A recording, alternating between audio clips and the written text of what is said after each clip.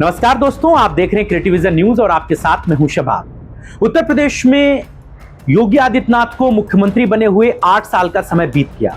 सरकार अपने 8 साल पूरे होने का जश्न मना रही है। वो सरकार की उपलब्धियां बता रही है। वो बता रही है कि किस तरह प्रदेश में जीरो टॉलरेंस की नीति पर काम हो रहा है, किस तरह यहां पर महिलाओं को उनके अधिकार मिल रहे हैं, किस तरह अपराध पर नियंत्रण किया गया है। लेकिन इनकी सच्चाइयां आपसे छुपी नहीं हैं। लगातार घटनाएं सरकार की विफलता की कहानी बयां करती हैं। आप अखबार का पहला पन्ना पढ़ेंगे तो आपको इस बात की पूरी जानकारी हो जाएगी कि प्रदेश में अपराध के क्या हाल है। आज मौका राम मनोहर लोहिया की जयंती का था, अखिलेश यादव से सवालों का था। अखिलेश यादव से पत्रकारों ने जब सवाल किए कि सरकार अपने 8 साल का जश्न मना रही है, तो अखिलेश यादव किस तरह सरकार पर तो फायर हुए ही साथ ही साथ पत्रकारों से सवाल के तरीके को भी सिखा दिए।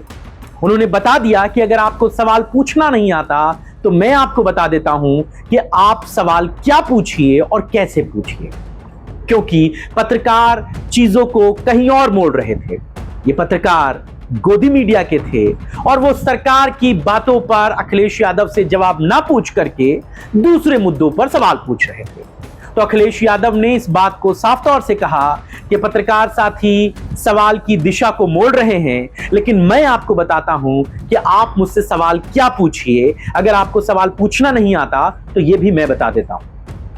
पहले आप अखिलेश यादव की उस पूरे बयान को सुनिए कि किस तरह अखिलेश यादव ने उत्तर प्रदेश सरकार को जमकर लताड़ा है और किस तरह अखिलेश यादव ने योगी आदित्यनाथ के 8 सालों के कामकाज पर सवालिया निशान उठाए हैं। ये जो मुख्यमंत्री योगी जी हैं, ये कपड़े पहनने से योगी नहीं हो सकते। कोई भी कपड़ा पहन ले, हम सब कपड़े पहन ले, आप पहन ले कपड़े। वो जो लाइन से हमारा पत्रकार साथी हटा रहा है, ये बताइए आईएएस गायब है, वो पूछिए ना आप। मैं अपने पत्रकार साथी से कह रहा हूँ कि बाराबंकी तक चले गए। इसी लोहिया पार्क में एक चोरी का दरवाजा है जहाँ से आईएएस लोग वॉक करने यहाँ आते हैं। आप पूछिए कि वो आईएएस कहाँ है जो जिस पर आरोप लगा है इतने कमीशन लेने का। और आपको तो ये पूछना चाहिए कि करप्शन कितना बड़ा था। आप क्यों नहीं पूछते हो? आप पूछिए आईएएस का नाम लीजिए और ये कहिए, अगर सवाल ना आता हो तो सवाल हम करें आपसे और वो सवाल आप मुझसे करो। मैं कहता हूं कि आप ये कहिए कि भारतीय जनता पार्टी की जीरो टॉलरेंस की जो पॉलिसी थी, आखिरकार एक आईएएस पकड़ने के बाद वो जीरो टॉलरेंस पॉलिसी कहां है? मैं चाहता हूं कि आप ये सवाल मुझसे पूछो। तो आपने सुन लिया कि किस तरह अखिलेश यादव ने सरकार के कामकाज पर योगी आदित्यनाथ को कटघरे में खड़ा कर दिया। फिर चाहे हाल फिलहाल के दिनों में हो रहे अपराधों की मामले हों या फिर विधायकों का सरकार के खिलाफ उग्र होना, उन्होंने विधायक नंदकिशोर गुर्जर के उन बयानों को खुलकर कहा कि एक विधायक लगातार एलिगेशन लगा रहा है लेकिन उस पर कोई कार्रवाई नहीं हो रही। कम से कम उस पर, वो जिस पर आरोप लगा रहा है उस पर तो जांच बिठाई जा सकती है या विधायक से ही जवाब तलब किया जा सकता है कि आप किन आधार पर यह आरोप लगा रहे हैं। उन्होंने आईएएस अभिषेक प्रकाश का नाम लिए बगैर भी तमाम सवाल खड़े किए कि सरकार में ये हिस्सेदारी, ये कमीशनखोरी कहां तक बढ़ती थी। ये बात आपने साफ तौर से सुनी।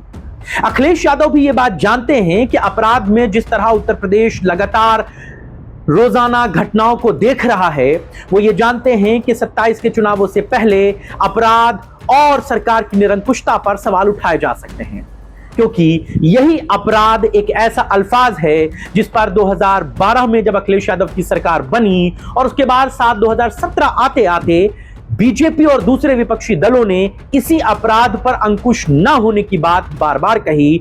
लगातार अखिलेश यादव की सरकार, अखिलेश यादव पर यह आरोप लगाए गए कि यहां पर अपराधियों के हौसले बुलंद हैं, लगातार अपराधी बाहुबली सरकार में काम कर रहे हैं। उन्होंने कहा कि सरकार पर अपराधियों का पूरी तरीके से अंकुश खत्म हो चुका है। शायद ये बहुत बड़ी वजह थी, एक बहुत बड़ा कारण था कि अखिलेश यादव के खिलाफ छोटी छोटी खबरों में भी उनकी एक तरफ फोटो लगा करके अपराध की खबरें चलाई जाती थी। और अखिलेश यादव भी ये बात खुलकर एक दो बार नहीं, कई बार राजनीतिक मंचों से और मीडिया के सामने कह चुके हैं कि एक जानबूझकर, एक पूरी तरतम्यता के साथ चीजों को बनाया गया। हालांकि अब वो संपादक, अब वो पत्रकार अखिलेश यादव के करीबी हैं या नहीं, ये बात का विषय है। लेकिन पत्रकारों ने भी अखिलेश यादव के खिलाफ एक पूरा माहौल बनाया था। अखिलेश यादव भी ये बात जानते हैं, ये बात समझते हैं कि अगर अपराध के मुद्दे पर सरकार को घेरा जाएगा तो निश्चित तौर पर यह बात जनता तक सीधे पहुंचेगी, और गोदी मीडिया नहीं पहुंचाएगा तो कम से कम सोशल मीडिया के दौर में वो बात जनता तक जरूर पहुंचेगी। आज मौका अखिलेश यादव के सामने था तो उन्होंने हर मुद्दे पर सरकार को घेरा। औरंगजेब के मुद्दे पर पिछले कई दिनों से गर्मागर्म राजनीति पर भी अखिलेश यादव ने एक बड़ा कटाक्ष करते हुए कहा।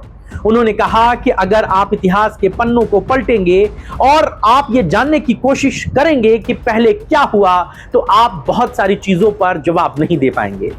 अखिलेश यादव ने औरंगजेब और शिवाजी के मुद्दे पर भी क्या कहा, यह भी आपको सुनना चाहिए। क्या भारतीय जनता पार्टी इस बात की निंदा करेगी? आज जो लोग विकसित भारत का सपना देख रहे हैं, आप इतिहास के पन्ने पलटिएगा। कभी गैलीलियो ने कहा था कि धरती कैसे घूम रही है, किसका चक्कर लगा रही है, उसे सजा दे दी थी, मौत हो गई थी उसकी। 400 साल बाद उस चर्च ने माफी मांगी उस बात को लेकर के। अगर भारतीय जनता पार्टी छत्रपति शिवाजी महाराज जी को मानती है और विकसित भारत का सपना देखती है, क्योंकि इटली विकसित भारत है, विकसित भारत उस तरह पहुंचना चाहता है, इटली भी विकसित है, दुनिया में वो विकसित देश है, तो क्या अगर चर्च ने अपनी गलती स्वीकार की थी, माफी मांगी थी, तो छत्रपति शिवाजी महाराज जी का बाएं पैर के अंगूठे से तिलक हुआ, उसके लिए भारतीय जनता पार्टी माफी मांगेगी कि नहीं मांगेगी? तो आपने सुन लिया अखिलेश यादव किस तरह सरकार पर एग्रेसिव हैं और किस तरह सरकार पर हर सवाल का जवाब दे रहे हैं। इन सब के बीच में आपको यह भी बताते चलें कि विधायक नंद किशोर गुर्जर पर बीजेपी प्रदेश अध्यक्ष की तरफ से कारण बताओ नोटिस का एक जवाब मांगा गया है। उनसे पूछा गया है कि आप लगातार सरकार के कामकाज को बीच रास्ते पर भरी जनसभाओं में इस तरह से उछाल रहे हैं, इसका कारण, इसका जवाब आपको देना है। बीजेपी तो अपना काम कर रही है, लेकिन समाजवादी पार्टी भी ये बात जानती है कि लगातार चुनावों से पहले अपराध पर बात करके वो सरकार को घेर सकती है, क्योंकि नंद किशोर गुर्जर एक बार नहीं कई बार खुलकर सरकार की मुखालफत कर चुके हैं। वो चीफ सेक्रेटरी के खिलाफ हल्ला बोले हुए हैं।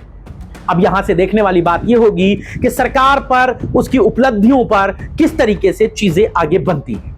लेकिन इस बात में कोई दो राय नहीं कि 27 की लड़ाई से पहले अखिलेश यादव हर बात पर फूंक फूंक कर कदम रख रहे हैं। वो मीडिया में अब उतने सवालों का ही जवाब देते हैं जो जरूरी होता है।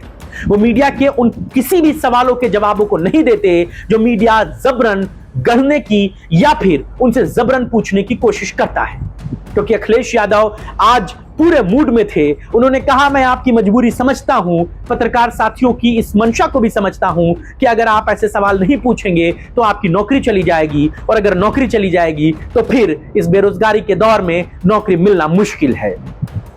क्या अखिलेश यादव भी पत्रकारों की इन असलियतों को बखूबी समझ चुके हैं?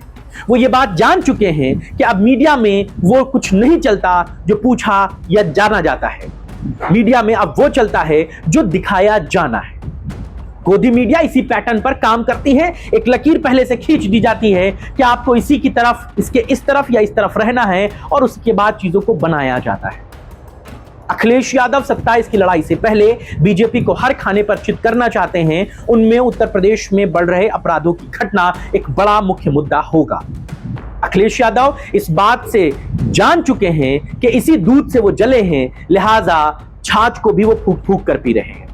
उनकी 12 से 17 की सरकार के दौरान इसी अपराध पर अंकुश न होना, अपराधियों के साथ सरकार के गठजोड़ होना और अखिलेश यादव की विफलता की कहानियां लगातार गोदी मीडिया उस समय भी अपने टीवी स्क्रीन पर चलाता रहता था। उस समय भी अखिलेश यादव की तस्वीर एक स्क्रीन के आधे हिस्से में और आधे हिस्से में छोटी से छोटी अपराध की खबर को चलाया जाता था। अखिलेश यादव खुलकर इस बात को कहते हैं कि इसमें एक मुख्यमंत्री का रोल कैसे हो सकता है, और मीडिया अब यह सवाल योगी आदित्यनाथ से नहीं पूछ सकता। जायज सी बात है, प्रेस कॉन्फ्रेंसेस एक तरफा होती हैं, सवाल नहीं होते हैं, सिर्फ जवाब आते हैं, अपनी बात होती है। ये बात आपसे छुपी नहीं है। खैर, 27 से पहले अखिलेश यादव पूरी तैयारी के साथ चुनावी मैदान में हैं, और आज जब उनके पास मौका था तो वो फुल प्रूफ बल्लेबाजी कर रहे थे। अखिलेश यादव के इन बयानों पर आप क्या सोचते हैं? हमें भी अपनी राय जरूर दीजिएगा। हमें आपकी राय का इंतजार रहेगा। आज की चर्चा में बस इतना ही। नमस्कार।